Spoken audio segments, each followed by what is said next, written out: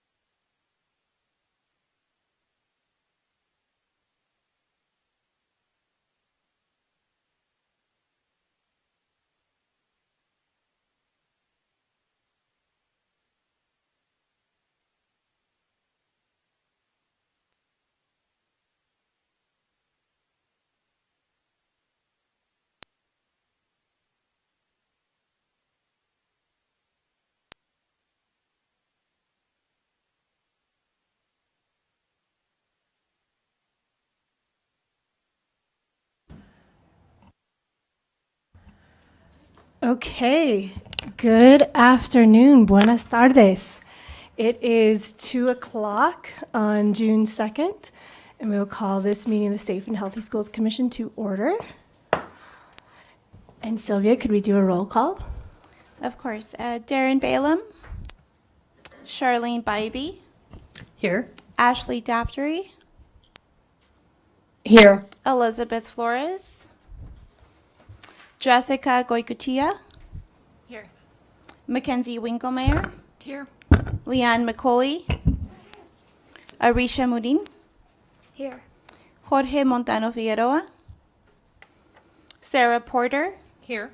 Natalie Sanchez, Here. Paige Samples, Here. Chris Smith. Here. Missy Von Allen will be absent today, and Annie Zucker. Here. You have quorum.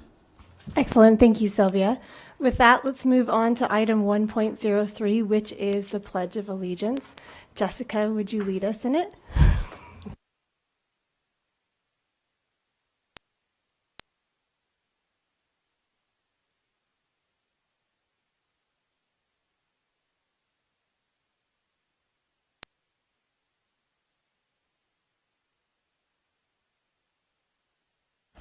Chair, I also wanted to note that Elizabeth Flores just joined us. Oh, excellent. Thank you. Hi, Elizabeth. So with that, we will move on to item 2.01. And this is the approval of the minutes for our April 7th, 2025 meeting. I'm looking for possible action for someone to approve, to nominate approval of those minutes. Yes. Can I amend real quick? Please. Just, can we have Sarah spelled correctly with an H? Thank you. Great. So do we have possible action for that item? I can move to approve the minutes with the change, name correction change. Perfect. Is there a second? Jessica Goguchia, second motion. Excellent. All those in favor? Oh, is there any public comment?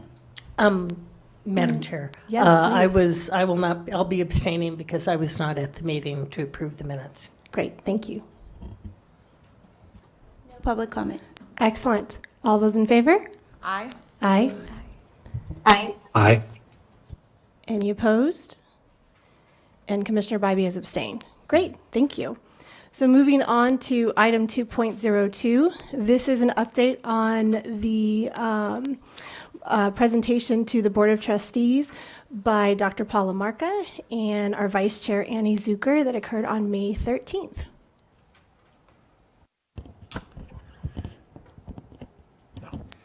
Well, if you'd like. Okay. For the record, Paul Lamarca, Chief Student Services Officer, Chairman Sanchez, members of the Commission, thank you for this opportunity. So we have the presentation that Ms. Zucker and myself presented to the Board of Trustees in May, and it's full of some good information. Primarily, this agenda item is about the goals that the Board of Trustees established for the Commission, and the action, if you chose to take any today, would be not to change those goals, but to possibly add to them or add another goal. And then the process would be, we would need to take that to the Board of Trustees for their approval, depending on the substantive change. That would either, we would probably ask for that to be on consent or have a full-blown presentation if it's an important change. So we did walk through for the Board of Trustees just sort of where you've been and where you're going. We highlighted the meeting agendas and the kind of specific actions that were taken in 2023-24 and then this particular school year, and those were all tied to goals that were established in spring of 2023. We talked a little bit, well, then let's jump ahead, Sylvia, if you don't mind, go to the goals. Just 3 more slides up. 1 more, 2 more. There you go. So we did highlight the work of the commission, and then we presented these possible goals for the 25-26 school year, and these shouldn't feel sort of out of context because they're primarily a continuation of what the Safe and Healthy Schools Commission has always been about. That's what number 1 is. That's actually sort of originally written into sort of your charter. We assumed that we would need to continue to look at training and promoting training. We had a very thorough discussion of that in the fall of this particular school year, brought to us by Ms. Zucker. We need to do a better job of getting sort of available trainings out to all staff, especially coaches and others that have sort of different and very meaningful relationships with kids, so they have that available to them. We are continuing to work on the comprehensive substance abuse kind of process, and I think this commission has a lot to do with that. That's why that was included, and I really think you've done a great job, and obviously Andy and the communications team has done a great job on developing some very consumable videos around safety, so we figure there'll be a continuation there as well. And then I was hoping, Annie, if you don't mind, and I know we didn't really prepare for this in advance, but that you might provide a flavor of what you felt the board thought was important. Sure. Yeah, I think that one of the things that I took out of that meeting on May 13th was maybe the opportunity to educate the board on the purpose of the commission and what the goal, what the idea for the commission is, understanding that our goals can't be measurable if we don't take action to propose anything to the board of directors. They were asking for actionable, like actual goals and numbers and measurables around the goals, and we can't really set measurables around the goals being the commission. And so we had a conversation about that to the board, but maybe having the opportunity to take recommendations to the board about what some measurables might be. I don't know how we could do that, but there were new members of the board who were definitely looking for measurables around our goals, and Paul was great in explaining that we can't really set measurables because our role is to send recommendations to the board, and then it would be up to them to set measurables for us to attain. So, right, if that made any sense. it does. I think part of what we were trying to share with the board is you're a group of volunteers, and you're giving up your time, and you're helping guide this ship, and you're steering us, but it's administration that's accountable for some of the outcomes. So I do think if there are things that you as a commission think are important to measure us against, we could certainly propose that to the Board of Trustees. But the point was you can't actually do the promotion and the training. We can on your behalf if that's the direction we go. And I think a really positive note was they recognized, the board recognized that most of what we put as our possible goals are things that are found in the strategic plan. And so we're reinventing anything or going against the strategic plan of the district, but we are going with the strategic plans around health and safety for the kids. So maybe we can look at measurables around the outcomes of the strategic plan, or what we see as far as measuring the success of the strategic plan as something that we bring back as those measurables. But otherwise, well received and in line with what they've expected of us.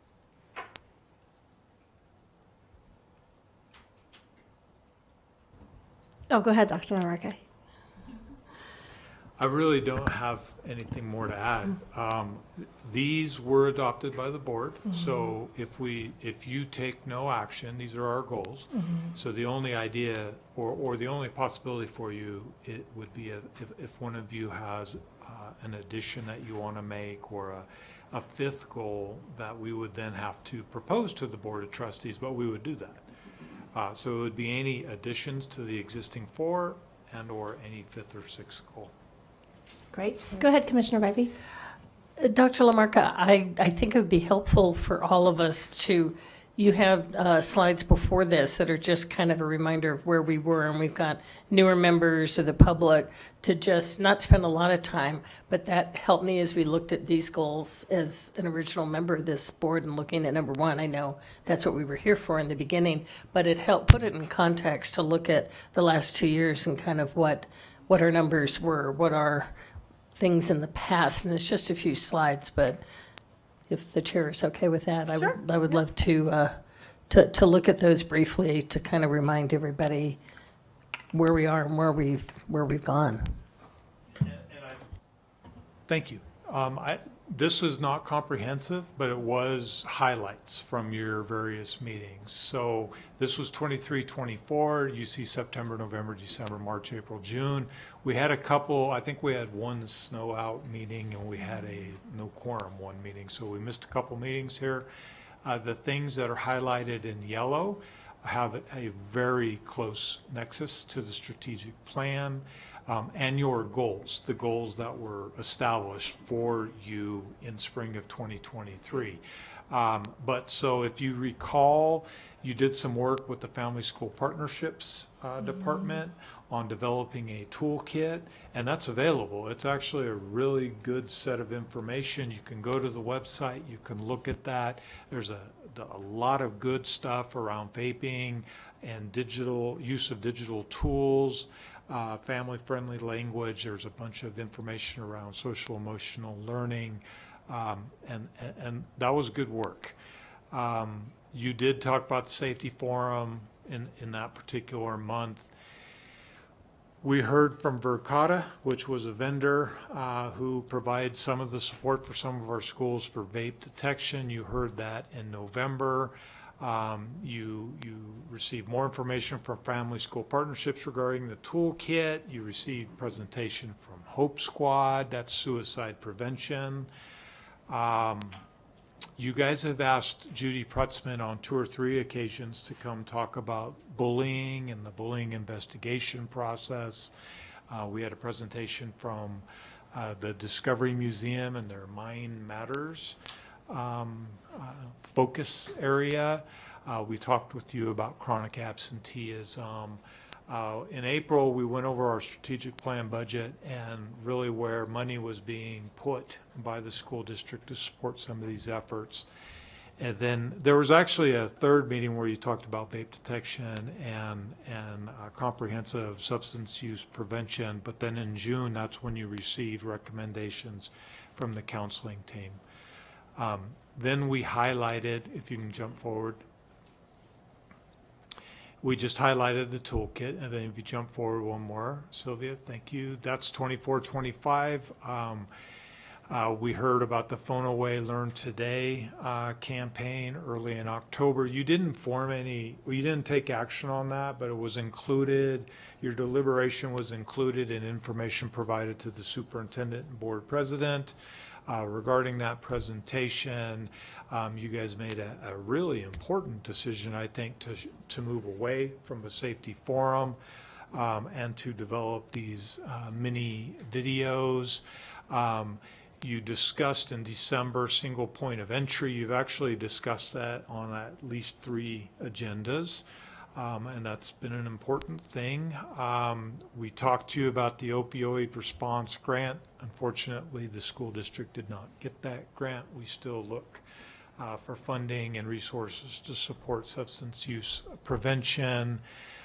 In February, we reviewed a board meeting. Ms. Prutzman came and talked to us about bullying again. Actually, Ms. Zucker, I don't remember which month it was that you brought I think it was actually in October when you brought the training idea around suicide prevention and mental health more generally.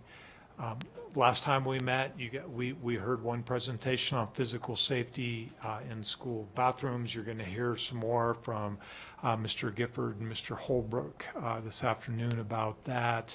We talked about multi-tiered systems of support, which is really our framework where all this safety work kind of lives. And you've been reviewing a couple of videos, and I think you got a 3rd video to review today from Ms. Casanari. And that's what we've done.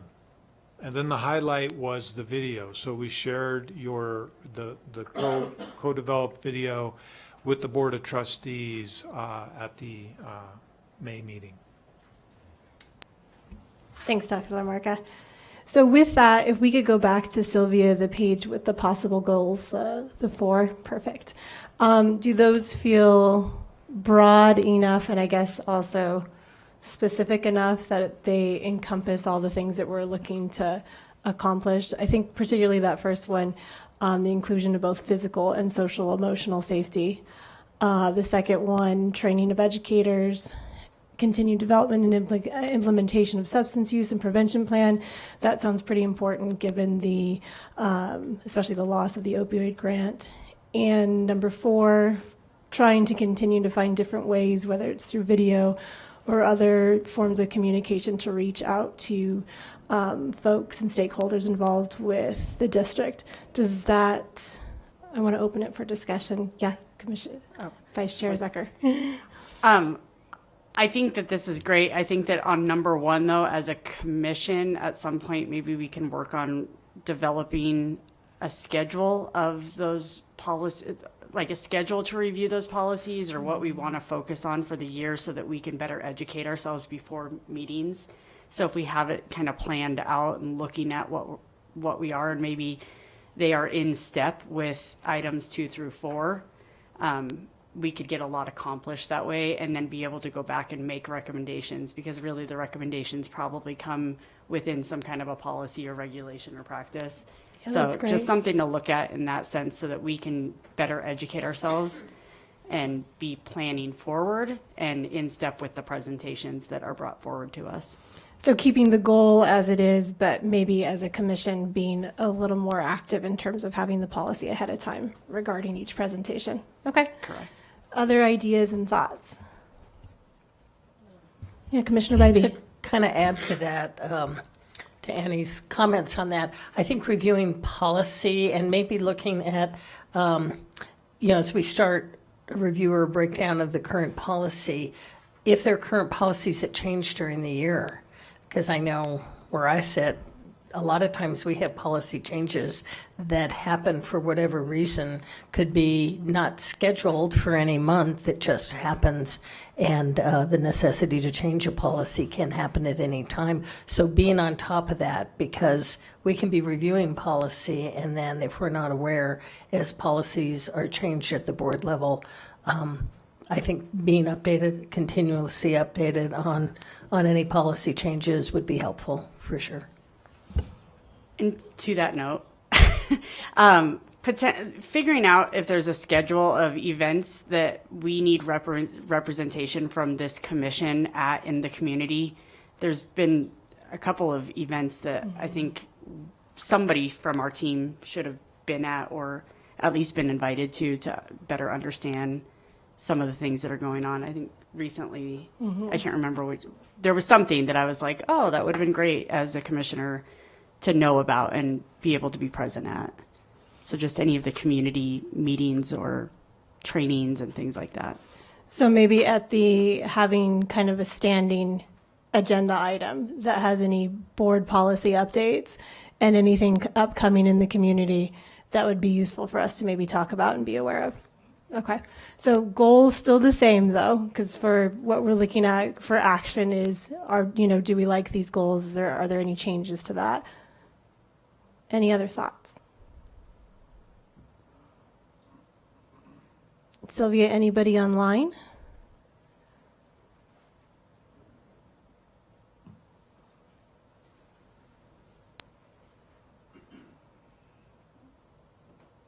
No? Okay. All right, so it sounds like as a commission, we like those 4 goals.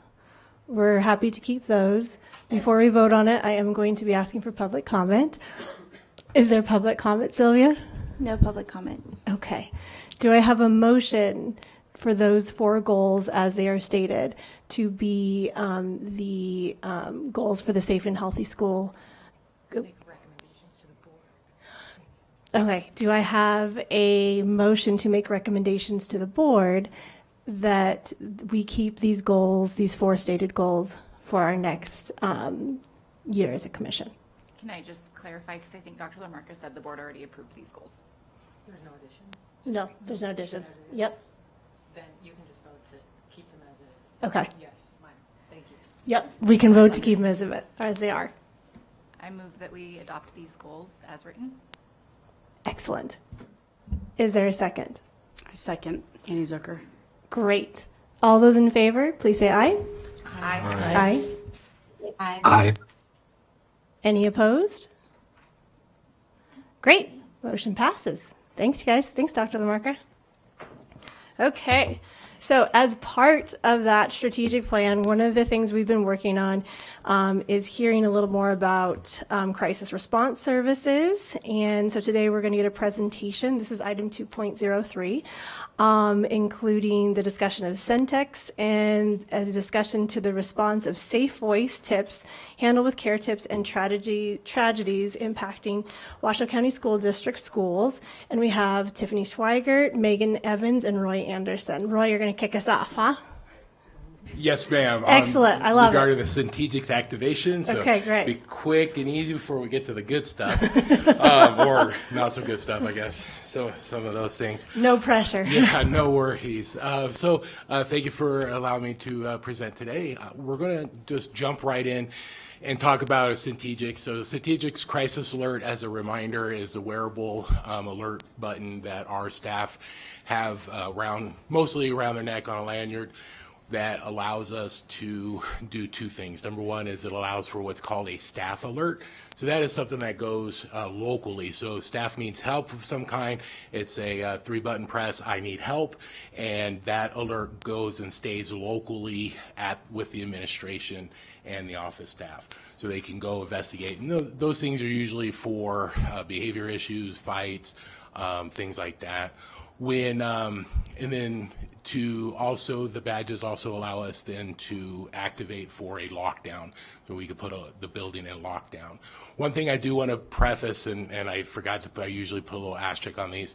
When we're looking at alerts, these is the numbers are the times the badges were pressed or used. It doesn't mean individual incidents. So, for example, a kid elopes from a class, there's 2 staff members in there, they both could press the button. So that would be 2 button presses for 1 incident. So when we're looking at these numbers, just keep that in mind, that it's not necessarily, all these different incidents, but these are alerts for incidents. So this first slide here just goes through August 1st through May 29th. It just looks at the actual alerts per month. And these could be drills. You'll see when we break down for alert types. The system also allows us to use it for drills, which is really nice because it gets our staff the ability to understand what the alerts look like, what it would look like when they are being presented to, whether over the intercom, via a screen capture, or the flashing lights on our beacons. So we do have the ability to do that as far as drills as well. So you'll see some of that data if we can just move forward really quick. So these are the alert types that we've done. Obviously, the majority of our alert types, so 5,721, have been staff alerts. Again, as a reminder, this could be just simply, hey, we want to make sure our badges work. Say, okay, let's test it. And then once you start testing the badge, everybody wants to test the badge. So it gets a little fun sometimes. But just as a reminder, it doesn't necessarily mean individual incidents. You can also see where we have the ability to initiate drills for evacuation, drills for secure campus, and then we actually have lockdowns, evacuation, secured campus, drill for shelter in place, the drill for lockdown, and then shelter in place. So those are the different alert types that we have. You can see where we've had 130 drill for evacuations. So it's really good to see that. One of the things that we wanted to emphasize this school year is that if it's a fire, that's when we use the fire alarm. We should only use the fire alarm if there is an actual fire. So if we need to evacuate for, let's say, hazardous material spill, the HVAC is the gas leak, things like that, we want to emphasize the fact that we want to use Centegix to do that type of activation. So the app that the schools have either on their computer that the administration can log into, or if they choose to put it on their cell phone, they can actually trigger the drill for evacuation or the real evacuation. So that's how that breaks down on there as well. If you go to the next one, please. This Centegix, you can see the closed reasons. Behavior is the big one on there. As far as the reason, again, just as a reminder though, if it was a behavior that was witnessed by 4 staff members, in theory we could have 4 alert presses, right? So again, it doesn't necessarily equal individual incidents. If we look at some of the smaller ones, like say campus threat or police activity, those are recently added reasons. If we have the ability to put the building utilizing the system into a secure campus, for example, we wanted to make sure we are able to denote some of the causes or the reasons we go into a secure campus. So you can see that's why we've added campus threat, police activity, but those were just recently added within the last few months. So the data, again, isn't anything that we can utilize directly for this equals this. You can see on there 462 testing. I love it. How do we know if it's working if we don't test it? And then you can see also on there some of the other things where we have 378 for drills. So it really just depends on, again, the person that's closing the incident, what they select on there. So there's a little leeway there as well. If we go to the next slide, Centegix will routinely send out surveys to our staff members, to those who have activated the badge. So the individual badges are assigned to us, and so if I press my badge, it knows that I'm the one that did it, or at least it was my badge that pressed, so that's why I want to keep, nobody else touches my badge. So we want to make sure that when that does occur, Centegix will send out randomly surveys to our staff members. So I just wanted to share some of the results from the survey that went out. So the first number that you'll see here, if you would go forward, maybe, okay. So you can see one of the questions they ask is, does having a badge make you feel safer as an employee? So of the 61 respondents, you can see that 56 of them did say yes. And then we had the 52, I believe, or 53 asked or answered yes when it says, does it empower you to rapidly resolve the issue? Part of the survey also allows the staff members to type in any information that they want to. So I just shared just a couple of, I'm sorry. So you see here, I forgot about this slide. How likely are you to recommend for your peers outside of your organization? So 8.33 out of the 10, or on their scale of 10, they would recommend it. And then if we go to the next one, I just wanted to share some anecdotes from some of the respondents that answered. So, extremely helpful to have the badge with me at all times, behavioral crisis with students. Previous school, they had this, what I really like, because it talked about buttons, where we have buttons on the wall, right, the intercom. We also have some schools that have the alerts where you can trigger it via the sound system, audio enhancement systems that's in there, but those only work in the classrooms, and only certain staff members have those, where, you know, custodians or teachers' assistants, they wouldn't have those of the badges like we do now. So I do like bullet point number 2 kind of emphasize that. And then you could just see some of the other ones. You know, it's comforting knowing that in crazy times we're living in, help is a button away. So, you know, it's nice. And a little bit that we've been able to get out there and speak to the principals, it seems like, you know, they like having the ability for their employees to alert them of an incident. It is if you'll hear in all of our conversations where we talk about layer of security, and this is just one of those layers. Obviously, if I pushed a button, I need help. When you receive the alert, you have no idea what kind of help I need. So, you know, having more information, we train our staff that if you can, then, you know, get more information to us as possible, because it's better for us to know that we need to come and then get more information as we're on our way. And that kind of helps with a lot of our response at the schools. For that, I'll just open it up for any questions if we have any. Thank you. I know one of the questions the commission had, I think our last meeting was, do you have a sense of teachers or staff that don't like to use, and maybe why they don't like to use the Centegix? So initially, when it was first rolled out, people thought it maybe tracked their location, you know, things like that. So it doesn't do that. Only when you press the button does it go to the beacon, which the beacon is what has the location. They do have a heartbeat tracker on them, so we could see if the battery's going dead. So obviously, it's important that for each building to keep track of the health of the badges, because nothing worse than having a tool and it's not available when you need it. So there is that little bit. Anything more than that, I'm not aware of anything. It was not mandatory. So we do have some staff members that have refused to take them, and that's their choice. But at the why, we never asked why they didn't want them. Okay, thank you. Other questions? Commissioner Porter? Thank you. Sarah Porter for the record. I have several questions on this one. How are you dealing with false alarms? I knew that was going to be a question. Yeah. Yes. So the incidental lockdown is unfortunately a big one, right? Anytime you put a tool out there, there is a chance of false alerts or inadvertent lockdowns, which we do have. That's one of the categories. If we, see, we switched. But if you look on here, inadvertent press, there was 196 of that category. Now, some of them could have been inadvertent staff alerts. It did prompt us to change some of the ways that we've responded to lockdowns. Due to the nature of the plans and some laws that are in place, it's kind of hard for me to go into detail. But it can give you a little bit of example. One of the things that we used to do was not utilize the intercom during lockdowns because there was some possible concerns of the person giving the intercom announcement might not be, doing of their own volition, if you will. We've done away with that, mostly for a couple reasons. One is those types of situations, there hasn't been one that I'm aware of where someone is being held, let's say, hostage and told to make an intercom announcement.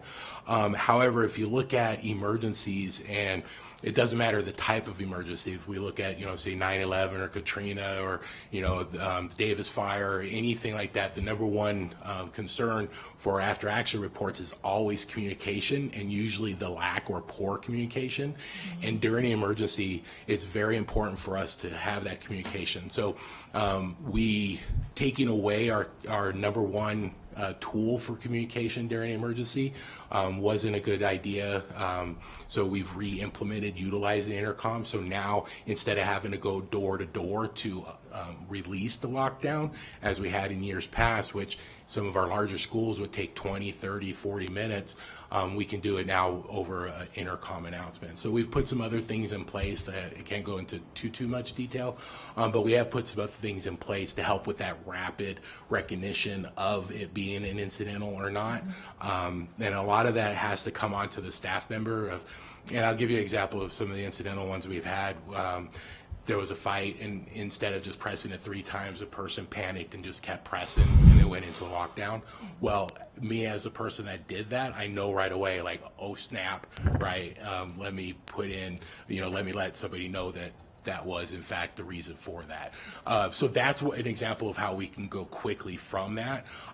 Now, and we've had another example of a staff member carrying a crate of books, somehow or another it pressed up against them, multiple times, put the building in lockdown. If I was in that scenario, I would no idea that was me, and we would have to treat that as a lockdown until we know it's not. So that would unfortunately take police response to figure out an investigation of what's going on. We have had a couple incidents where multiple people put the building in lockdown, so that's also a good indication of the incident is real. So that kind of helps us as well from a police response standpoint. So it has made us look at how we do these, respond to these, but we also have to make sure that our staff understands that, it's a big responsibility that we have to make sure that we protect our badges. And some of our initial incidental lockdowns were unfortunately just people not used to them yet. Do you know what is the protocol to go into lockdown? Just because one of my students was in a lockdown that was a false alarm. Sure. And how many times do you have to hit that button? Like, what triggers that false alarm? So it's a multiple press. It's right now it's 3 for the staff alert, and I want to say it's like 8 or 9. We don't teach like press it 8 times because during emergency, obviously with our hormonal induced heart rate and the fear that we have, we don't want to sit there and do it. But it's just basically just keep pressing it. The feedback from it. The badge does vibrate when you get to the first 3. Then when you get to where it triggers the lockdown, it's a longer vibration of the badge. Oh, you guys want to have some? No, I'm just but what we can do then is that then allows the staff member to know that they pressed it. If you're on site and you're pressing it, then you're going to have the intercom, you're going to have the computer take over, you're going to have the lights flash. So that's another way of know that it did work for you while you're doing that. The reasons for it, just simply if it's a life-threatening emergency that needs immediate protection from, that's our lockdown. That's how you trigger it. So part of the training that we do to staff is, these are the reasons for the staff alert, this is the reason for the lockdown. And this might not be you, this might dovetail into what they're doing. What kind of support, or is there any support or protocol or training when these false alarms happen for like lockdowns where it's pretty scary to follow up with the students who were sheltered in place in a classroom and holding a door thinking there was an armed gunman, or kids that like now don't want to go to field day because this one happened during the color run? Like, what kinds of things, are there anything that we're doing when those false alarms happen to like help the kids feel safe again? Yeah, and that's going to be part of their response. I can say that for us, like when we, or at least when I or our school police, when we make contact with the schools, it's always that, hey, make sure you follow up with your counselor, make sure you follow up with the counseling department. What kind of supports do you need? Far as my side of things, because my side of things is, okay, what happened with the lockdown? What happened with the, what caused the incident? What happened during it? And then how can we learn from it? That's where I come into play. So I'll give you an example. There was a school that had it during a soccer game earlier, a couple weeks ago, and there was a lot of lessons learned. I was on site 3 times helping with the school, so I met with the admin, figure out what's going on. I actually met with parents as well to help see their side of things and learn from that, and then finally met with staff to go over some of the lockdown things and ways we can improve the process. And that's all obviously from procedure response side of things, and then obviously with the counseling department, they have from the mental health side of things as well. Thank you. Sarah asked my question. I thought so. Other questions? Go ahead. I was just wondering, so you showed the reasons, the pie chart. Yes. I was wondering how you find out the reason. Is it like a panel, like you click on medicine button or something? Yeah, so when each administration has the ability to close the alert at their school. So when you hit close alert, it gives you a drop-down menu of what the reasons were. So initially, that's why we were found out, that some of the items that, we were in a secure campus because of police activity in the area, that wasn't on the list. So it turned, I think that one was kind of a suspicious activity for, a couple times. And then it's like, well, that's not really true. So then once we figured out how we can adjust theirs, maybe it was another. Once we adjusted and figured out that we can add some of those, that's where we did. Okay, so the reason, like a specific reason within a school won't be already shown to you guys before they close it? No, it's going to be completely up to the administration that's making that determination to close the alert of why or what the alert was for. Other questions? Okay, seeing none. Thank you, Roy. Good to see you as always. Thanks.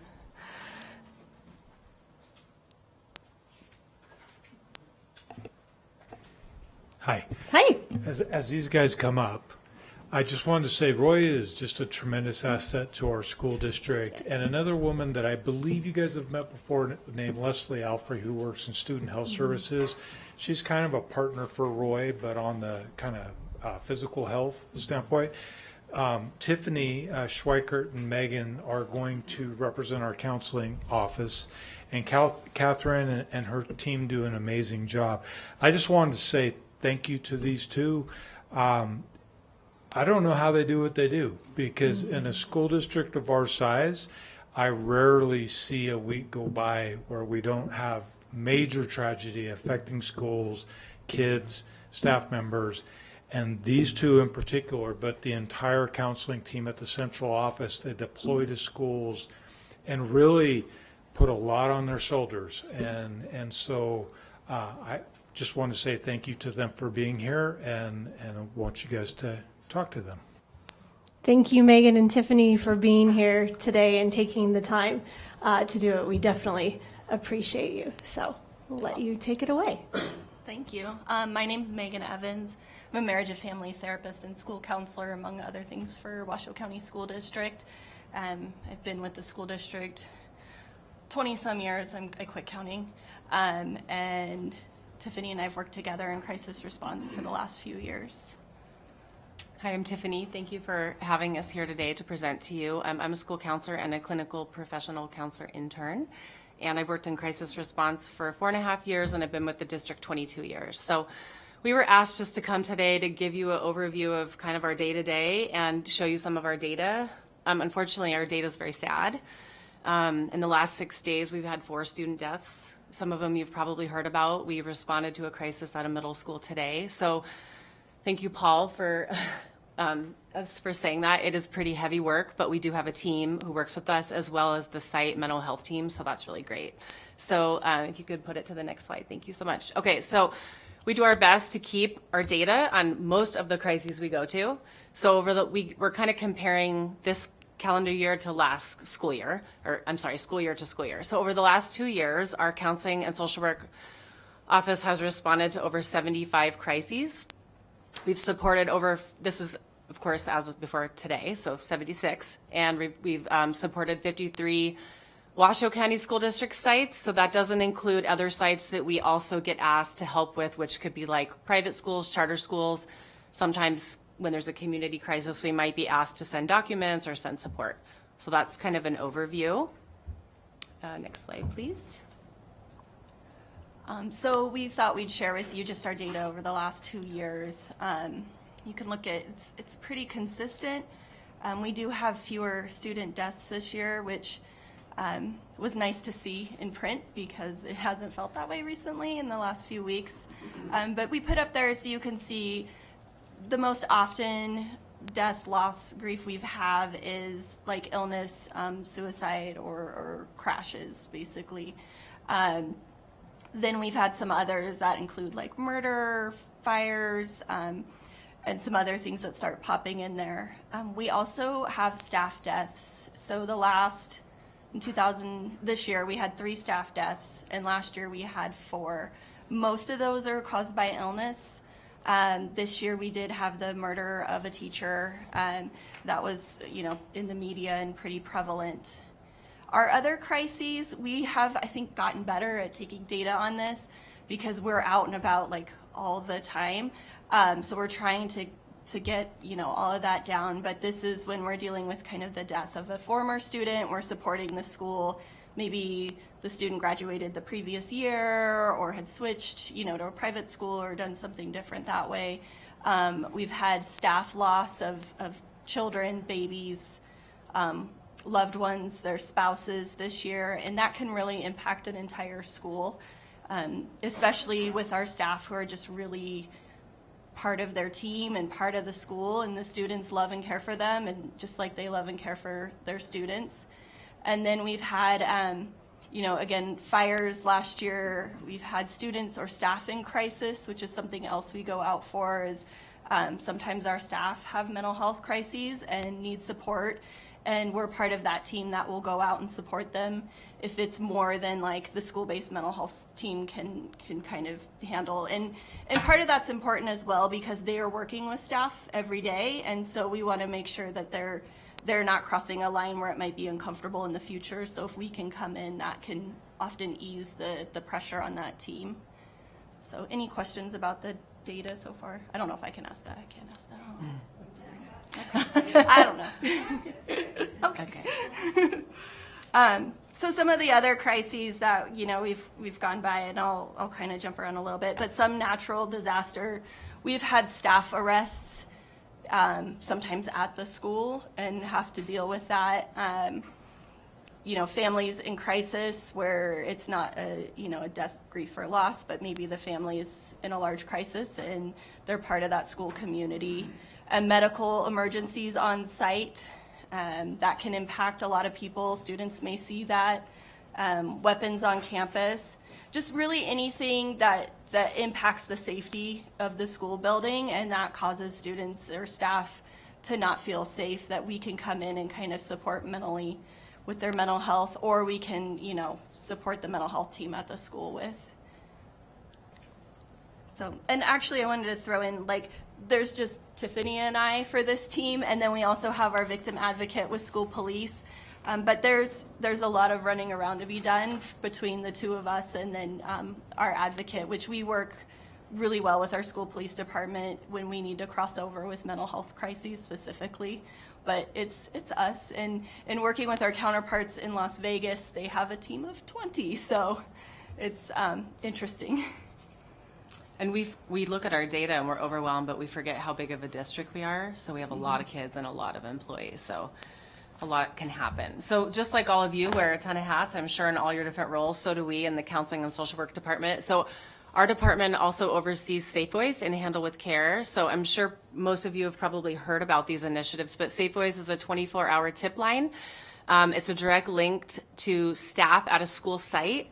When it could be students reporting, it could be, sometimes we have teachers report, sometimes we have parents, so they can report. They can pick the topic, so it could be anything from hearing about a planned school attack to my friend is self-harming, there's vaping going on, there's bullying going on, so just a plethora of topics. But basically we work in conjunction with the Nevada Department of Public Safety, our local law enforcement. Each school has a team that consists of principal, vice principals, deans. We ask at least one counselor be on there, as well as like a social worker or mental health professional.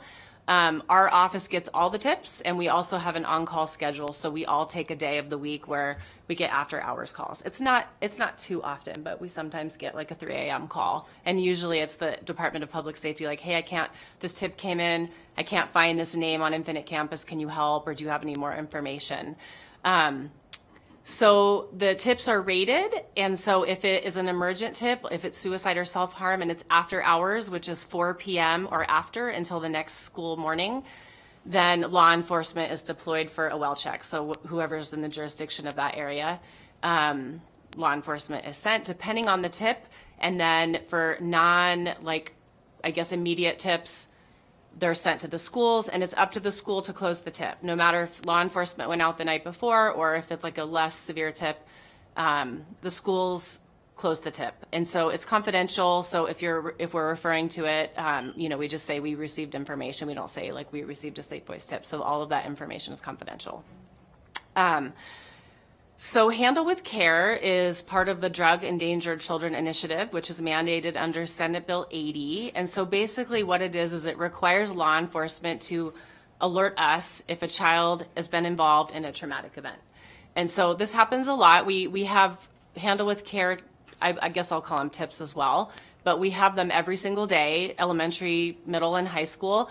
And so they come to our department and we send them out to school. So for example, if a student was involved, maybe a parent or someone in their home was arrested, law enforcement lets dispatch know, they put in a handle with care. We send it out to the school counselor, and sometimes administrators request that information as well.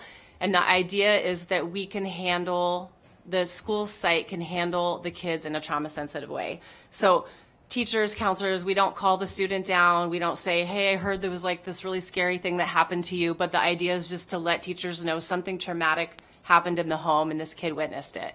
And so it's just kind of school personnel just to give a little extra TLC, kind of keep a caring eye for the student. Yeah. Okay, next slide. So this is a little bit of our data comparing this school year to last school year. So I just pulled out some tips that had high numbers. So just to let you know, like under high school this year, planned school attack, those can be the same, that could be like the same information for the same event, but maybe there was multiple tips. So maybe like a high school received information that there's going to be an attack. Maybe we have had years, like I think at the end of last school year, we had a school that had like, I don't know, 80 tips within like 24 hours related to the same event. So it's kind of cool because people have an opportunity to send the information in that they're hearing. But so you could see up there, we had less overall high school tips this year from last year. Our suicide threats tips went down just a little bit. Our planned school attack tips were higher. And then obviously other concerning numbers are like drug abuse, vaping, threat to student. Our middle schools are always less, and then our elementary schools even less. And with elementary school, there wasn't really enough of one category to make note of. And then our handle with cares has gone down just a little bit so far this school year, just dropped from 408 to 327.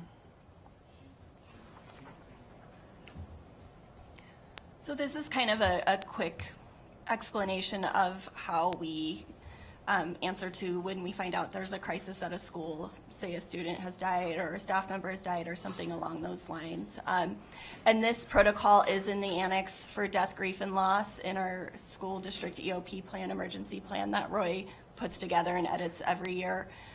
So the night before, hopefully, you know, if we get that information early enough, we have a crisis team meeting, usually on Zoom, our teams. And so we can plan the response, we can start writing the information that needs to go out, you know, for staff or for families, and just get a little ahead of the curve so that when we get to the school, we can focus on what's going on in the school.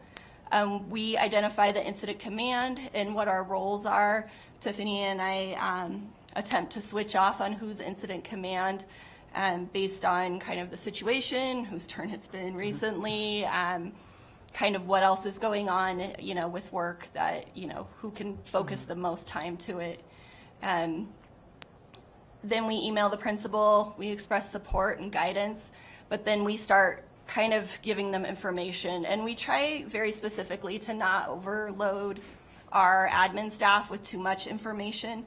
So we have about 5 pieces of information we share with them regarding like how the protocol is going to look, how to meet with your staff, because often that first morning there's going to be a staff meeting, so we want them to have that, and then some mental health resources for them and their staff. And so that's usually where we start. We tend to make it pretty clear we really want the student, if we have confirmation, to be removed from Infinite Campus, because we've had incidences in the past where the student has not been, and then information goes out to that family, and we want to protect the family who's lost a loved one as best as we can, so we try to do that as soon as possible. So then we start requesting kind of appropriate information. We do not share names, we do not share any information about the student unless we have permission from the family, and we have a confirmation of that. I'll just use the student as the main example, that the student has died. And sometimes people will say, oh, I've heard they've died, or, you know, a teacher or staff member will come in with information saying, this is what I heard from another person, and we remind them, and we don't share any of that information until we have, you know, confirmation from law enforcement and or the family. And And I'll kind of be candid, this morning I sat with a principal where we made that phone call, and it's probably the hardest thing that an admin or we've done it before has to do, but we need consent before we can share, although it's important to the students because they need to feel like they're being heard and respected and able to process, but we also have to bridge that gap between them as well as the family and respecting their wishes. Then we meet with the school-based crisis team to determine the first steps. This is the next morning. And that's when we're talking about where is the room that we're gonna use for grief support, what's the student's schedule, who's in their sphere of influence, who are the closest friends to the student, who are students that may not be close with that student but may have lost a family member recently or lost, you know, someone else in a similar situation, so we make sure we have eyes on them as well. Also siblings, family, you know, so we really want to make sure we have an idea of who we need to check in with. And of course, this varies each crisis. This is kind of what we like to follow. Things change all the time. Then we work on communication with the staff.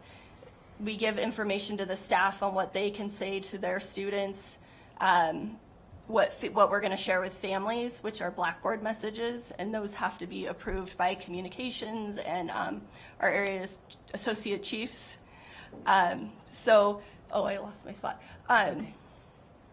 Sorry. I think. Yeah, just so do then a debrief. after that, we do a debrief each day and just kind of talk about what's going on the next day.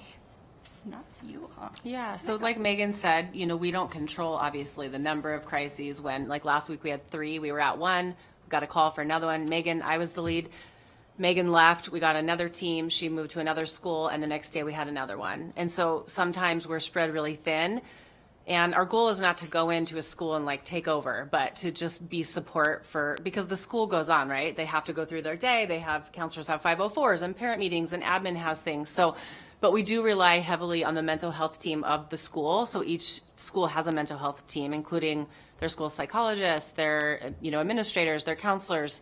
Some schools have mental health professionals, some have social workers. And so we do rely on them to help us as well. And sometimes we have to say no to a school we can't go because we don't have enough people or our staff is burnt out. And our boss is really good about making sure that we get a breather sometimes because it is a hard work. But like Megan said, this is just kind of a review of what she said, but we'll write scripts for, we help with the Blackboard, but we also help with, sometimes we deliver a message to a school, like everyone during first period is going to read the script that we had a student loss. And so we'll write those scripts. We also write scripts for front office staff, just depending on, you know, media and events. Sometimes office staff is like bombarded with phone calls and questions. And so we'll write scripts just to help with some language.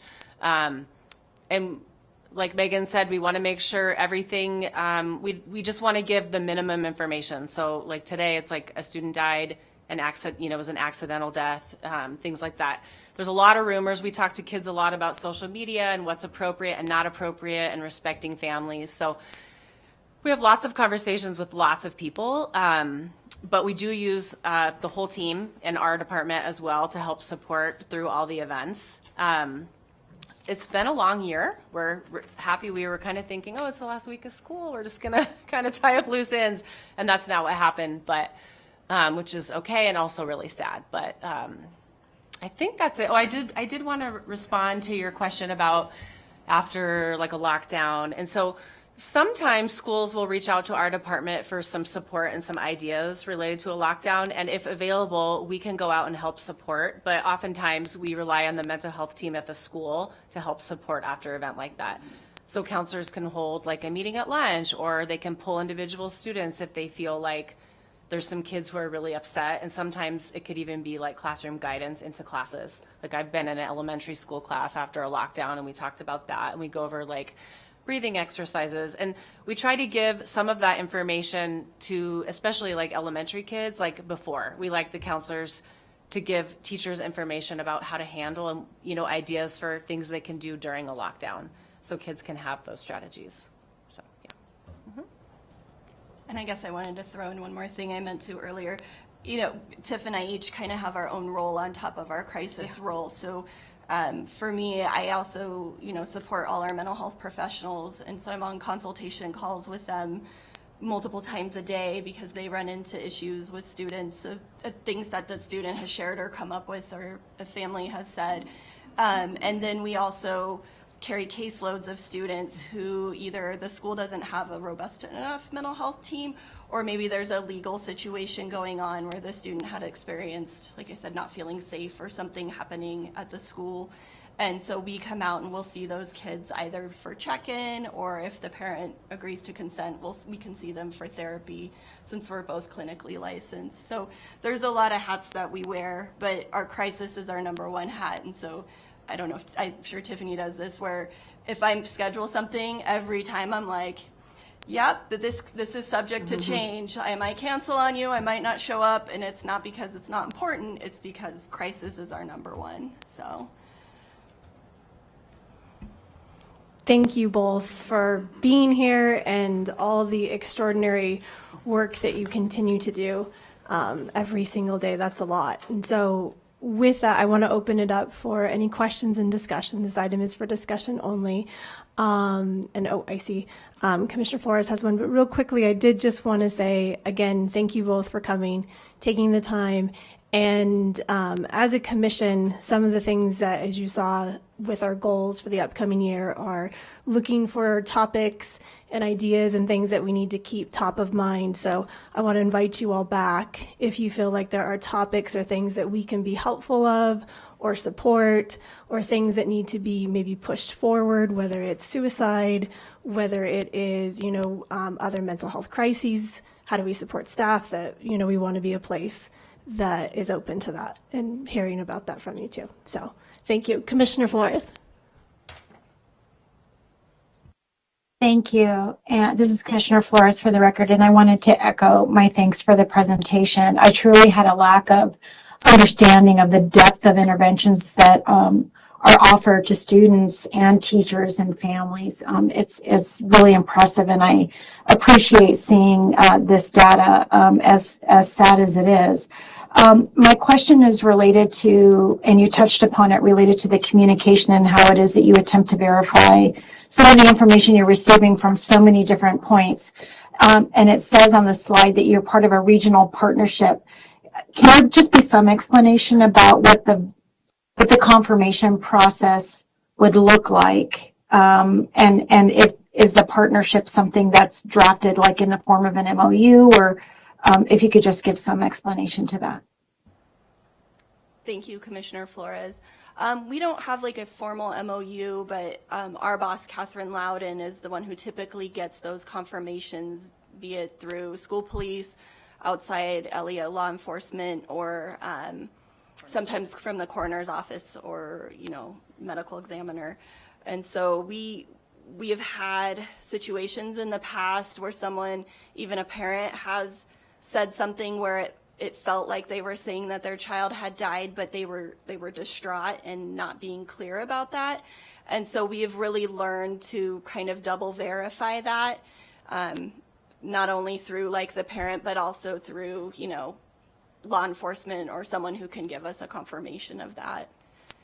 But yeah, sometimes it takes time, and that can be really uncomfortable because we're waiting around for that permission. Meanwhile, the students are all talking because they've heard about it before we've heard about it, and we can't give them confirmation that they want and truly need because we're still waiting to have it.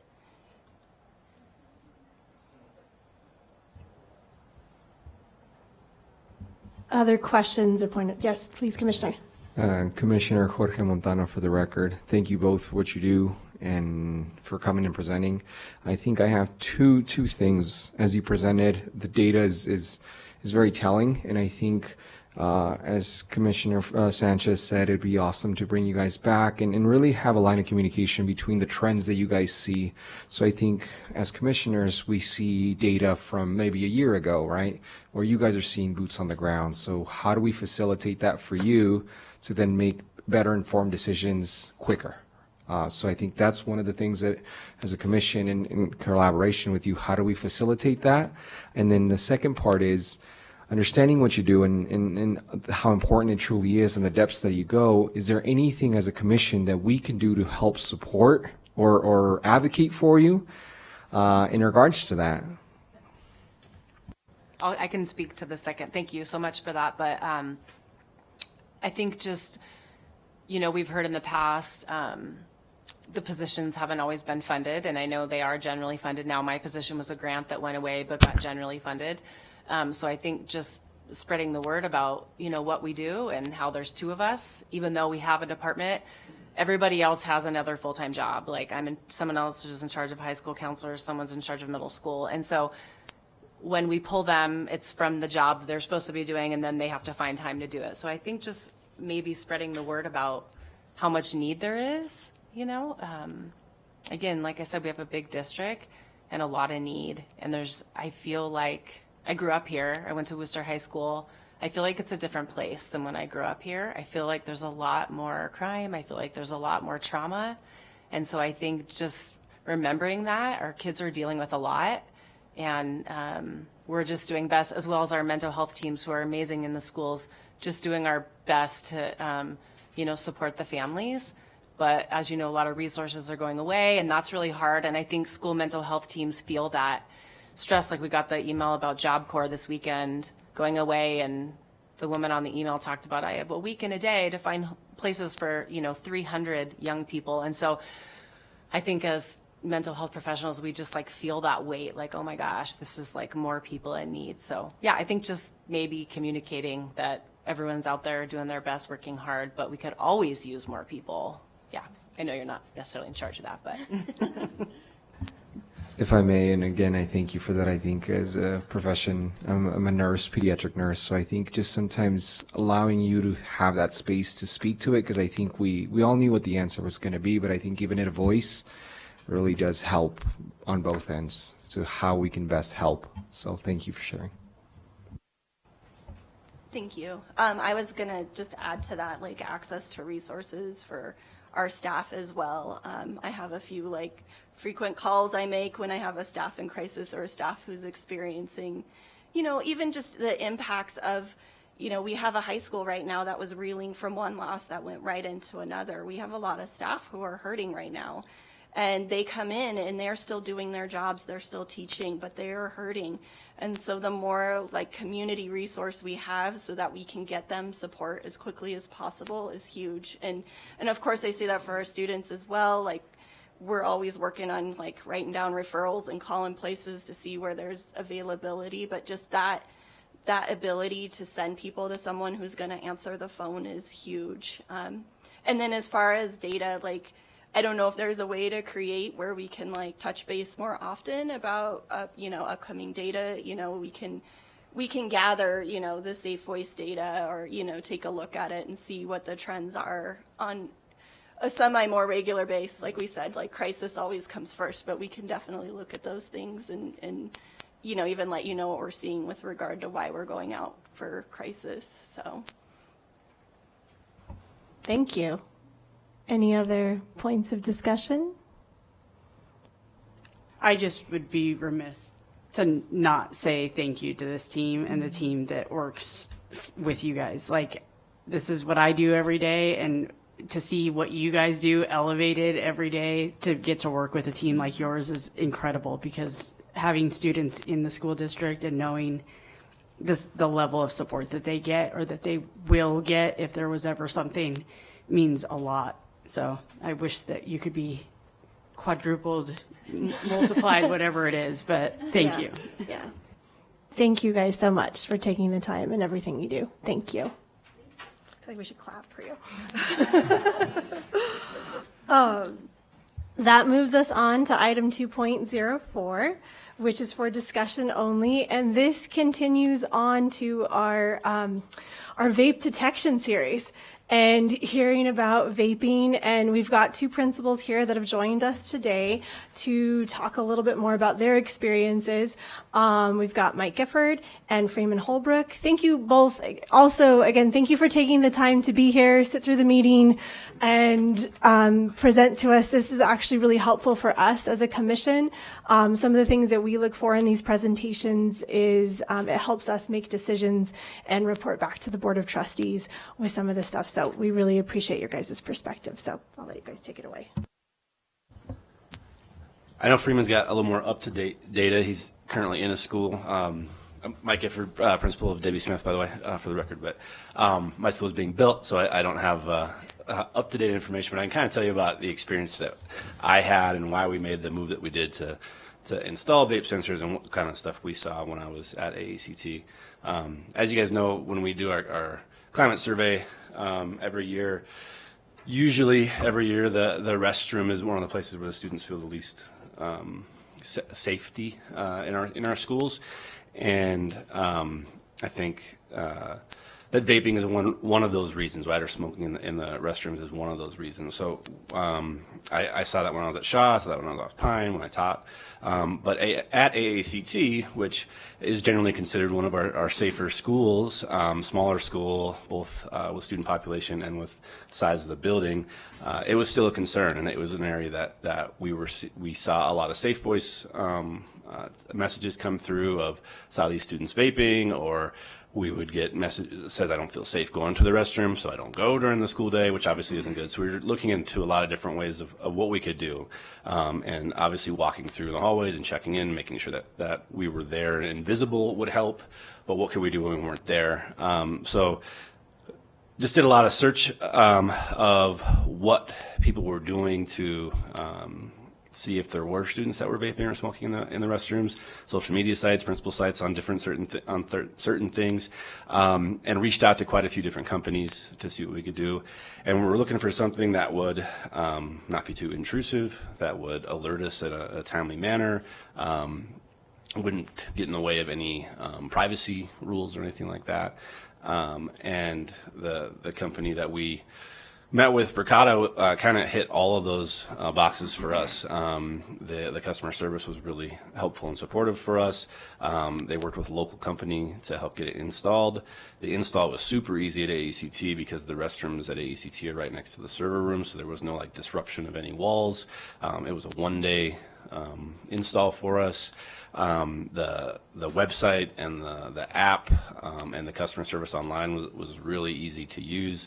We'd get a text message and an email anytime that the vape sensor went off, and it because of the size of our school, I'd get a text and I could be there, within 30 seconds sometimes at AACT, which didn't mean that we were going in there and busting kids and making, searching them right there in the hallway and stuff, but it would lead to a lot of conversations. And I think that was probably the most powerful part for us.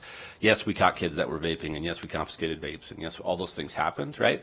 But many times it'd be innocent students, and it would just be a conversation with them. And to say, so if you're in these situations, make sure that you're removing yourself from that situation. Come let us know. I'm going to call your parents and let them know that you were there. And sometimes it'd be students that would hide the vape and would get away with it, right? But the conversations that we would then have with them and their parents really cut down on the amount of alerts that we were getting. By the time I left AACT, we had gone, I think, over 3 months without an alert going off.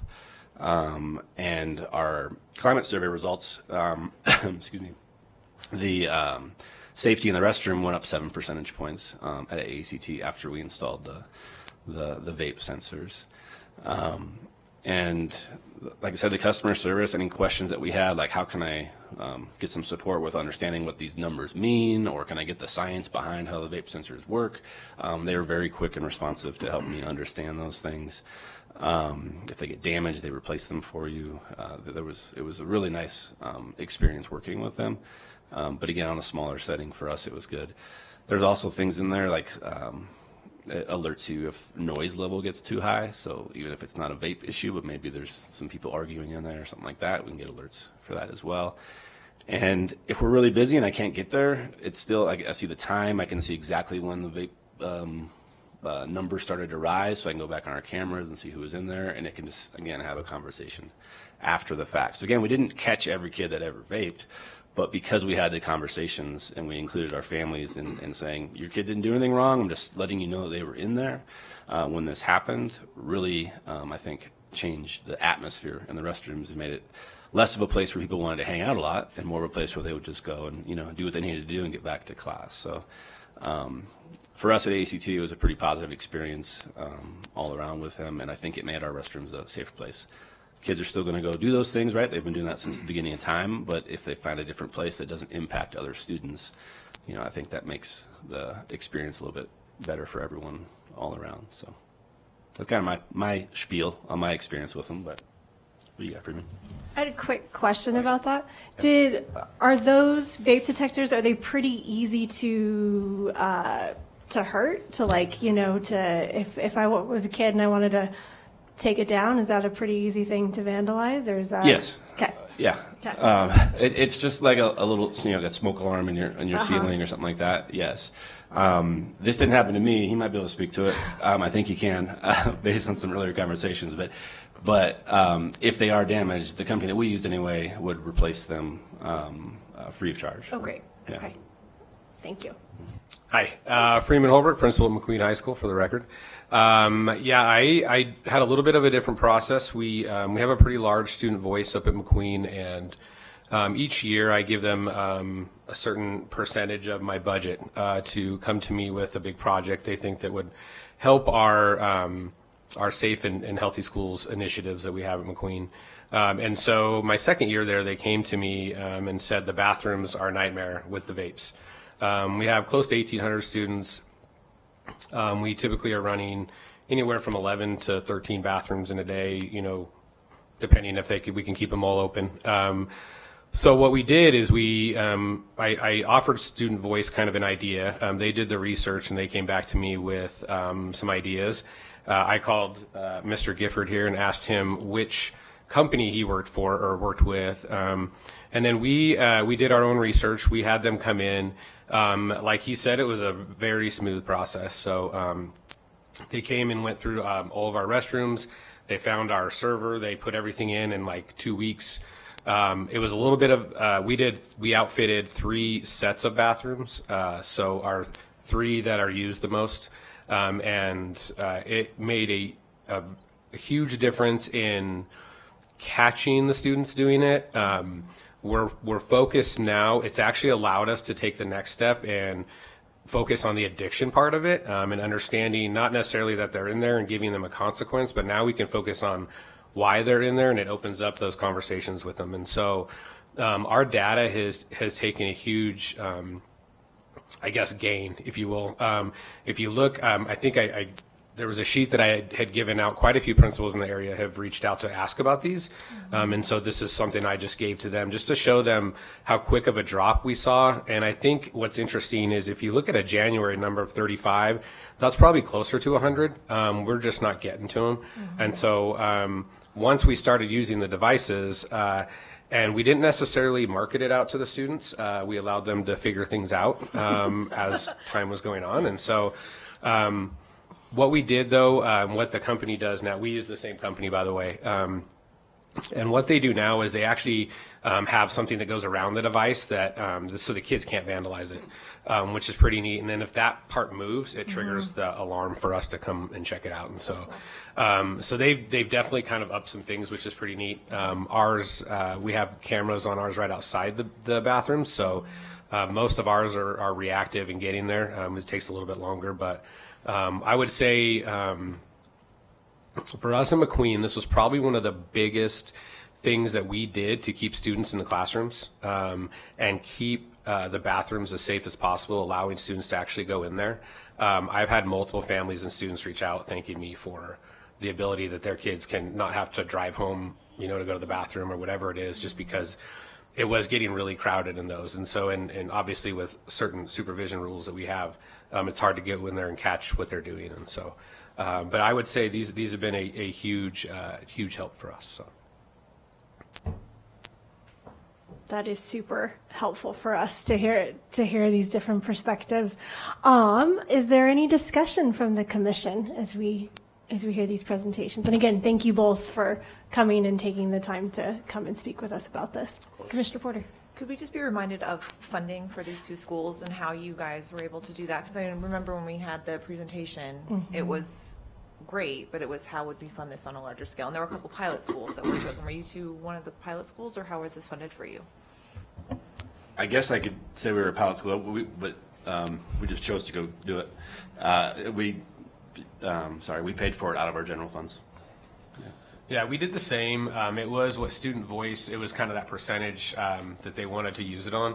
I gave them a little bit more so that we could catch up. But we worked with, like, through the process, you work with IT, you know, so they can set up all the servers and keep everything private in that area. But yeah, it was pretty smooth, but it was self-funded. Yeah. And just a comment too, as the parent representative, I get that feedback all the time from my student about how unsafe the bathrooms are, and he's in middle school and won't go to the bathroom when he's at school. If he has to go, he goes to the nurse's office just so that he can use a safe bathroom. It's a really big problem. So I'm really glad that you guys are having some success in this area. Thank you. Yeah, thank you. Sarah, can I ask Dr. Lamarca a funding question? Related to the vape detection? Yes. Excellent. Thank you. Dr. Lamarca, I have a funding question. I'm just curious, and you tell me how much this you can answer, cannot answer. Do all schools have access to that type of general funding across the board? All schools have an operating budget, and some of it is discretionary, and some schools have chosen to use their funds in this particular way.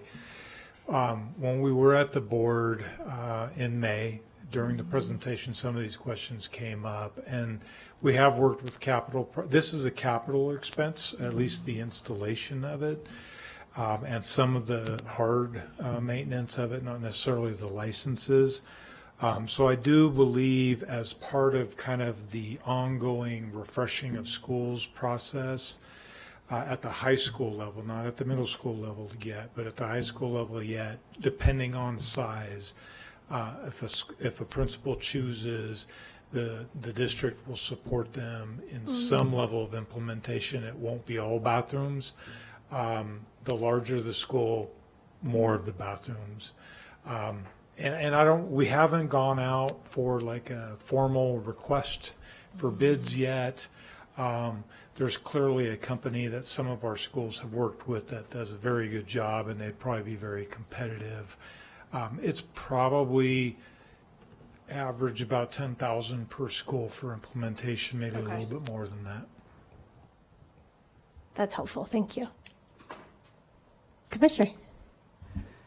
In regards to moving forward in implementation, and again, I'm not sure if I'm allowed to ask this, but as we start the refreshing of certain schools or even the building of other schools, I know the last time we spoke on this, I believe the principal of HUG came in, and they have a very unique structure where they have individual stalls.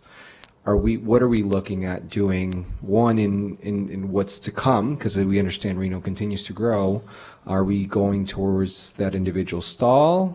And then, if so, are we also including these detectors? Thank you, Sarah. Well, I'm not actually the right person to answer that. Tammy Zimmerman or Adam Searcy would be better prepared to answer that. I do think that, oh, Tammy's here. Would you like to come up and talk? Thank you for being here. That was a good time. Thanks, Tammy. I saw it on the agenda. Thanks, Jessica. Good afternoon, Tammy Zimmerman, Chief Facilities Management Officer, for the record. So in our new facilities, right, like Hug High School, we would be doing this individual stalls that we call general use restrooms. As we retrofit, where we are able to and able to afford it within the budget, we are putting in the general use restrooms. That does not mean it would be in every, we'd love to do it in everyone, but it may not be in every one of those areas. But it allows them to target the staff to target specific ones as need be. That's great. Thank you. Thanks for being here, too. Commissioner Gochia. Thank you. What is the place that you guys used? You said it, but I can't. Verkada. Verkada. All right. That's mostly what I wrote down. Yes, please, Commissioner. I had a quick question about cost. Maybe it's a question about cost. That if it's a $10,000 hit in the first year, is the expectation that it's a $10,000 hit every year, or is the cost of using it decreased and it's just kind of upkeep? So things may have changed since I did this, because it was a couple of years ago now, but it was a 5-year contract that we signed. So paying for that gave us the tech support for 5 years. replacing any equipment that needed it. So it was a set fee, or just one fee for those 5 years is how it worked for us. Yeah, it's the same right now. So you would have that initial cost. Part of the initial upfront cost is some of the things that they need to hook into, like the broadband and that main kind of component. At that point, they just kind of add on the systems in the different bathrooms. So to add a new bathroom wouldn't necessarily be another, $4,000. It would just be for the smaller part. I feel like I'm a salesman for them. It is an annual, for us, it was an annual fee that we paid just up front for the 5 years. So, yeah, for support. Thank you. Other questions? I just want to say thank you for bringing up the opportunity that you guys use for kids with substance use or working on those addictions, because that was one of the main concerns of this group was, are we putting the cart before the horse? If we put those vape detectors in, are we then missing that prevention piece? But to your point, by having those allows the opportunity to have those conversations. So I think that helps us a lot when we move forward with this initiative. Absolutely. Yeah. I will say, and as we've gone along, this is, as coming from a principal, this is the next massive epidemic that we're seeing with, and it's been eye-opening to find students that we had no idea were using this stuff, athletes and whoever it may be. So I would say it was probably, and we'll keep adding them because I think it's that important to try to get them out of the bathroom and into the classroom, and then really find out what's going on in there. So and help That's them. great. Yeah. Yeah. Yes, Commissioner. Adding to that and to what Annie just commented on, I think very impressed with the statistics both of you have given us and the difference it makes. And I kind of look at it of the addiction and really looking at that very serious side, but I also look at for the well-being of the rest of our students, which is your majority of the students in your schools are affected when they feel like they can't use the bathroom. And whether they're just waiting, which can result in other issues, or going home or using a nurse's bathroom is not okay. So I think in our goal of this commission of making schools safe and healthy, it's for the kids who do have the addiction and that one part of it, but it's for the bigger number of kids who are all impacted. So I would love to see this in every school. If it's capital, maybe I'm on capital funding, if that's something in my arena on another board that I sit on. I really think the rewards, the return on investment can't be underestimated, really. Thank you both so much. Thank you, guys. Thank you for coming. Thanks. So with that, we're doing good work, people. We're at the last item on the agenda. Then we get a summer break. Proud of everybody. So here is another item that we have been very into. It is a video from Andy. It is item 2.05, and this is for presentation, discussion, and possible action regarding this draft and scripts for substance use prevention and gun safety, release of the suicide prevention and mental health video. So thank you, Andy, for being here. Thank you for having me. And as we've seen the other videos before, this is the third of the series. Again, it is sort of open for comment and change. We went with the notes you guys gave us on the last meeting, keeping the students anonymous, but you will hear the voices there. So I don't know, I think we'll just play it and get some feedback. So in this box, I have some nicotine vapes and I have some vapes that contain THC. To the untrained eye, you would not be able to tell the difference. Every student deserves to feel safe, connected, and supported, a place where they belong. But sometimes challenges arise, and substances can seem like a way to cope or fit in. Today, we're talking about those choices, their impact, and how we can build a stronger, healthier future together. I've seen clients as young as 12, 13 years old using cannabis. It usually starts out being kind of masked, like I'm just doing this just to take a load off here and there, but they don't realize what they're doing is actually using those substances to kind of subside the pain. I would say the most common thing is by far nicotine. But then the second most common thing I would say would be the THC vape devices, or vape devices that do not contain nicotine, they only contain THC strained out from marijuana. School police have discovered an increasing number of vape devices on our campuses. These contain concentrated marijuana, which typically means higher levels of THC. What seems like a harmless habit can have serious consequences. Yeah, there's definitely a big issue with people being addicted to things like nicotine or weeds, other substances, and they're usually very minor, but they start out minor and then get progress. For many of them, it's coping. Some of it I think is norm because that's what they see at home. Their parents may be doing it or older siblings, but many of them, it is part of their coping, especially when they get older. And there's a lot of myths around cannabis of like, oh, it's a plant, it can't be that bad, or you can't get addicted to cannabis, right? So providing that education to kids of it is addictive, this is what it's doing to your brain. Substance misuse can impact our health, our dreams, and the relationships we value most. It can create barriers to connection and take away the sense of belonging we all need. And here's the good news. It's never too late to make a different choice, and no one has to face these challenges alone. We have school social workers and school psychologists and mental health professionals, and we have a lot of other support people in buildings that kids could connect with to help them. And I've seen a lot of peers who have helped supported each other. I used to vape and I stopped, and now I'm really worried about you as a friend. I want you to stop vaping too, and really kind of pull their friends out of it too. For parents, this means having open conversations and not giving up. I think our teens are such a valuable part of our future, and if we can tap into some of their creativity as well and their excitement, I think we could be a much happier community. If you or someone you know is struggling with substance misuse, reach out. Talk to a teacher, a counselor, or a friend. Your story matters. Your future matters. You matter. Together, we're not just preventing substance misuse, we are building a community where every student can thrive.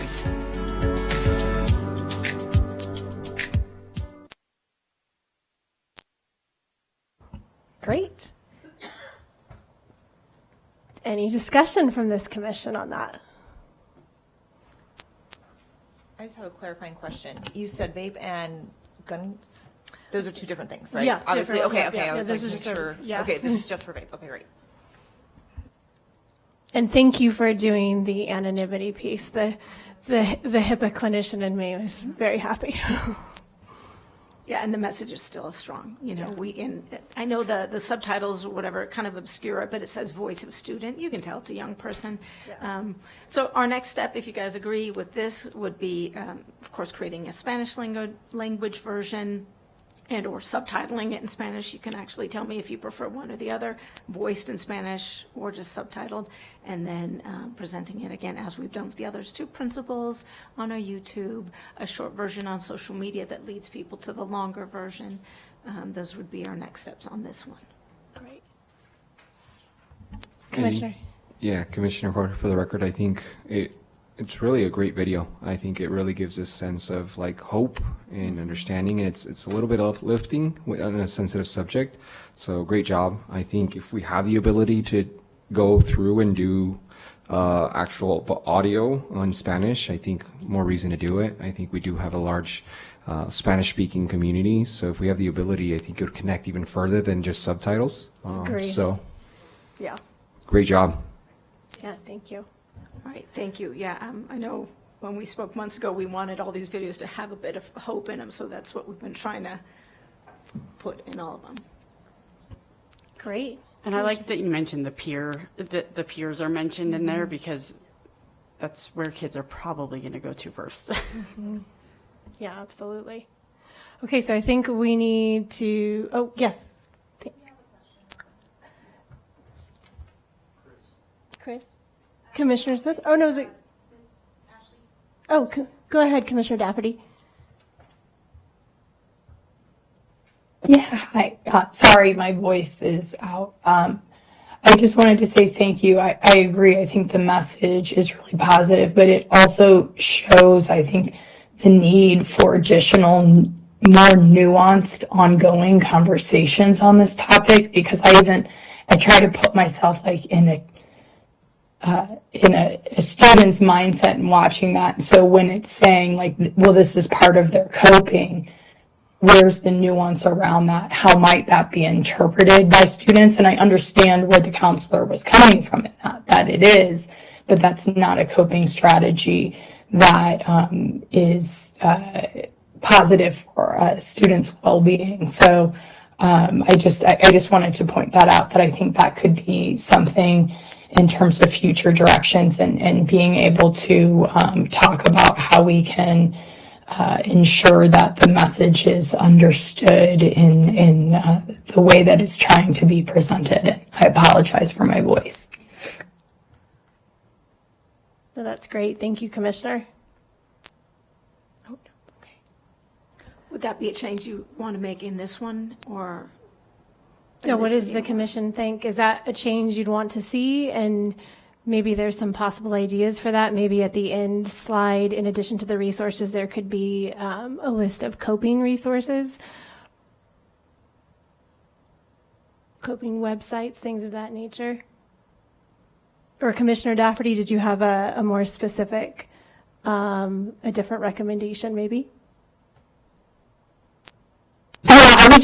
I'm really interested in others' thoughts as well, as if that maybe could be misinterpreted, and if so, then to think about maybe to make a recommendation just to highlight the nuance. But if it didn't come across to anyone else, I think the overall message is the direction that the commission is wanting to head. I definitely interpret it more as it's not just addiction or feeling like you want to be along, but that this is also another reason that kids are turning to vape, more comprehensive of why this is such a problem, not that this is a recommendation for coping. I did not get that message, but that's my personal feedback on that. Other thoughts? Jessica Goguchia, I agree with Commissioner Porter. It was I think that the message was, at least for me, one that seemed comprehensive in the goal that we were trying to accomplish. But I also appreciate what you heard, and in that one very small sector of that section could see how that could see how you saw that. I'm really happy with how it turned out. So I would support it staying as it is. This is more of a question then, I guess, for you, Andy. Do you have any clips from their interviews with the counselors that might say we see this as a coping mechanism, rather than that we try and have kids do X, Y, Z? Like, do you have any clips that could clarify that you can think of? Because I think that's where it's coming from. It's more the counselors saying that they see this as a coping mechanism, but maybe the other resources, and then that could lead into your end slide idea, which is a good one to have coping resources. So my recall from the day that we taped it, when she said that statement about kids are using drugs to cope, and then fill in the blank with whatever stressors are in their life. I don't know if I don't remember her going into detail talking about the stressors in their life specifically. I think she just made that statement that it's used for fun, but also kids are using it to cope. Well, and it seemed like on your resource page, it had a couple national organizations that would be pretty easy to just jump onto, and they could find some resources on there as well, and a good starting place. I do think going forward, if we continue making videos into the next school year, we can at some point discuss more nuanced videos. These a little more broad, they tend to be shorter just because our just sort of general attention span is shorter, and we're maybe tackling this for the first time in video. But we can definitely, as these evolve, get more nuanced and sort of detailed in the storytelling. So something to consider going forward also. So maybe looking at these as foundational videos, and then later on maybe a video that's very specific about here's vaping and here are some other coping skills you can engage in, and go into that specificity. Yeah, I think so, definitely going forward. Okay, great. Well, with that and with that discussion, do we have any, I'm going to ask for public comment. Is there public comment on this item? No public comment. Excellent. Do we have a motion to approve these videos? This video? I'll move to approve the videos as presented. Video as presented. Great. Is there a second? I second. Fantastic. All those in favor, please say aye. Aye. Aye. Aye. Aye. Any opposed? Great. The motion passes. Thank you, Andy. All right, thank you, Commission. Yeah, great video. And that moves us on to our very patient item 3.01 for public comment. We do have public comment today from Trustee Diana Nicolette. Excellent. Welcome, Trustee Nicolette. Thanks for coming. Yes, my pleasure. Pleasure. It's interesting being on this side of the dais. It's actually kind of fun, really. You guys did all the work. I will say that there were a couple times when I shed some tears during this meeting because of the work that you're doing and how important it is. And that's the reason I'm here on behalf of the trustees to thank you for the work that you accomplish every single day.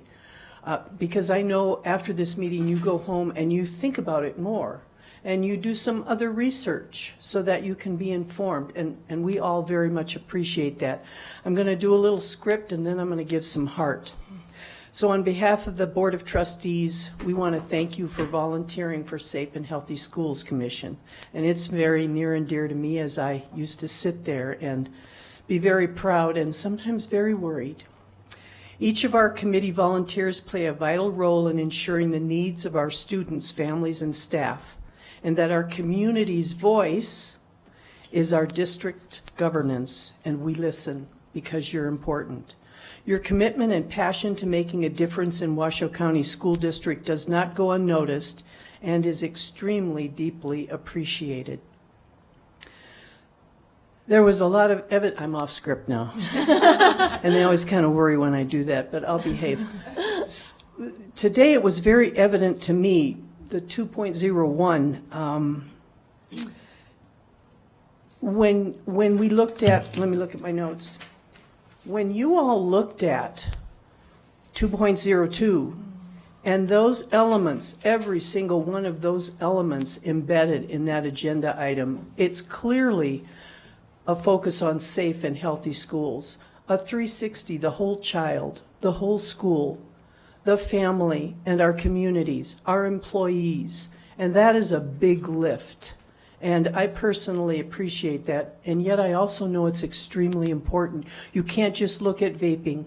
You can't just look at bathrooms. You can't just look at all the things that are out there that positively and negatively can impact our school communities. You look at all of it, safe and healthy schools. From the moment a student gets on the bus till they arrive at school, the moment the car drops them off, them walking 2.5 miles to their school, all of it's extremely important, and I want to thank you for that. And in closing, the decisions you make, you're informants. You are experienced informants, and it's extremely important. You make recommendations through your hard work to the Board of Trustees, and please know that that is noticed and that is appreciated. And without you, I sometimes feel like I myself would be fumbling in the dark, but you provide guidance, and that's very important. Thank you. Thank you, Trustee Nicolette. Yes, thank you. And with that, I will move. Is there any more public comment, Sylvia? No other public comment. Okay. So we'll move to item 3.02, which is the announcement of our next meeting, which is September 8th. I just want to say also personally thank you to all the commissioners this year. I've really enjoyed being chair, and I've really enjoyed working with you all. I feel like this year we really hit the ground running, and we're really trying to make the most out of all of these meetings. So I just want to thank you all for your time because I know it is very valuable. So with that, we will close the meeting at 3:43. Thank you.